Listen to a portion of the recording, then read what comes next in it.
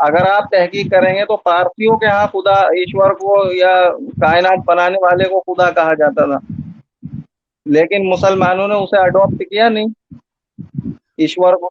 تو جن اصطلاحات کا تعلق زبان سے ہے ان کو ہمیں بولنے میں کوئی پریشانی نہیں ہے. جن اصطلاحات کا تعلق شعار سے ہے کسی مذہب کے، جیسے اوم ہی کو لے لیجیے، نہیں آپ تو غلط لے رہے ہیں. اس میں پریشانی ہے. لیکن یہاں پہ بھی ایک تفصیل، یہاں پہ بھی ایک بات یہ یاد رکھنی چاہیے کہ عبادت کے موقع پر ہم ان شعار کا استعمال نہیں کریں گے، صرف دعوتی مجبوریوں کی وجہ سے ان شعار کا استعمال کیا جا سکتا ہے. جی ہاں جی. اچھا اب یہ بات کہ وہ برہمنوں میں جا کر بیٹھ جاتے ہیں، یہ وہ دیکھیں، میں آپ کو واضح طور سے کہہ دوں کہ مولانا کی اگر کسی ایک بات کو ہم ڈیفینڈ کر رہے ہیں، اس کا مطلب یہ نہیں ہے کہ ہم ان کی ہر بات کو ڈیفینڈ کرتے ہیں. میں نے بذات خود مولانا کے اوپر خود تنقید لکھی بھی ہے آج سے 3-4 سال پہلے، ٹھیک ہے، اور وہ وائرل ہوئی تھی پورے انڈیا میں. میرے فیس بک تحریر ہے، آج بھی پڑی ہوئی ہے انٹرنیٹ کے اوپر، آپ کو مل جائے گی. تو ہمارے یہاں یہ نہیں ہے کہ جی چونکہ وہ بڑے ہیں اب وہ رات کو دن کے ہیں، دن کو رات کے ہیں تو سب ٹھیک ہے. نہیں، اگر وہ غلط کہیں گے تو اس غلط کو غلط کہنے والے موجود ہیں، اور کم سے کم آپ یہ ہم سے چونکہ مخاطب ہیں، میں یہ نہیں کہہ رہا ہوں کہ ہم کوئی یونیک ہے. یہاں آپ کو پینل میں جو لوگ دکھ رہے ہیں انشاءاللہ وہ اگر کسی چیز کو غلط سمجھیں گے تو اس کو غلط کہیں گے، محض اس لیے کہ وہ ان کے کسی بڑے نے کہی ہے، وہ اس کا دفاع نہیں کریں گے. تو میں تو ان کی بہت سی باتوں کے اوپر تنقید کرتا آیا ہوں، خصوصاً یہ جو قومی یکجہتی کے حوالے سے ان کی جو کوششیں ہیں جن کو وہ درست سمجھتے ہیں، ہم درست نہیں سمجھتے. قومی یکجہتی بری نہیں ہے، جو اس کا طریقہ کار ہے وہ بے فائدہ ہے. وہ یہ ہے کہ آپ نے مسلمانوں، ایک جلسہ ہوا، مسلمان سارے موجود ہیں، ایک پنڈت آیا اور وہ آپ کو ایک سبق پڑھا کے چلا گیا، تو ایسا لگ رہا ہے گویا کہ مسلمانوں کو ضرورت ہے قومی یکجہتی کی، دوسروں کو کوئی ضرورت نہیں ہے. اور یہ سلسلہ گزشتہ 10-12 سال سے چل رہا ہے، ہم اس سے متفق نہیں ہیں. ہاں ڈائیلاگ ہوتے رہنا چاہیے، بھائی چارہ بنے رہنا چاہیے، یہ ضروری ہے، اور یہ میوچول ہوگا، ون سائیڈڈ نہیں ہوگا. اس کی دلیل دیتا ہوں میں آپ کو. اس کی دلیل یہ ہے کہ قرآن میں اللہ تعالیٰ نے 3 پارے میں اہل کتاب کا تذکرہ کیا سورہ آل عمران میں، اور اہل کتاب کا اس طریقے سے تذکرہ کیا کہ ان کو ظالم کہا ہے. یہ کہا کہ قل تعالوا ندعو ابناءنا وابناءکم ونساءنا ونساءکم وانفسنا وانفسکم ثم نبتہل فنجعل لعنۃ اللہ علی الظالمین. ہم اپنے آپ کو، اپنے فیملیوں کو، اپنے آپ کو جمع کریں اور اس کے بعد ہم لعنت اللہ علی الظالمین کہیں، جو ظالم ہوگا اس پر اللہ کی لعنت ہوگی. تو یہ کہنے کے بعد اتنا زبردست اسٹیٹمنٹ ہے، اس کے بعد آگے اللہ تعالیٰ کیا کہہ رہا ہے؟ قل یا اہل الکتاب تعالوا الی کلمۃ سواء بیننا وبینکم. اے اہل کتاب، ہمارے اور تمہارے درمیان جو مشترکہ چیزیں ہیں آؤ ان پر بات، ان پر جمع ہو جاتے ہیں. تو مجھے ایک بات بتائیں، یہ وہ اہل کتاب ہیں جن کو آپ یہودی یا عیسائی کہتے ہیں، ان یہودیوں نے کن کن موقع پر مسلمانوں کے اوپر ظلم نہیں کیا، ان کو دھوکہ نہیں دیا، ان کی عورتوں کو قتل نہیں کرنا چاہا، چاہے وہ بنو قریظہ ہو یا بنو قینقاع ہو یا بنو نذیر ہو. لیکن ان سب سے یہ کہا جا رہا ہے کہ جو مشترکہ چیزیں چلو اس پر ایگری کر لیتے.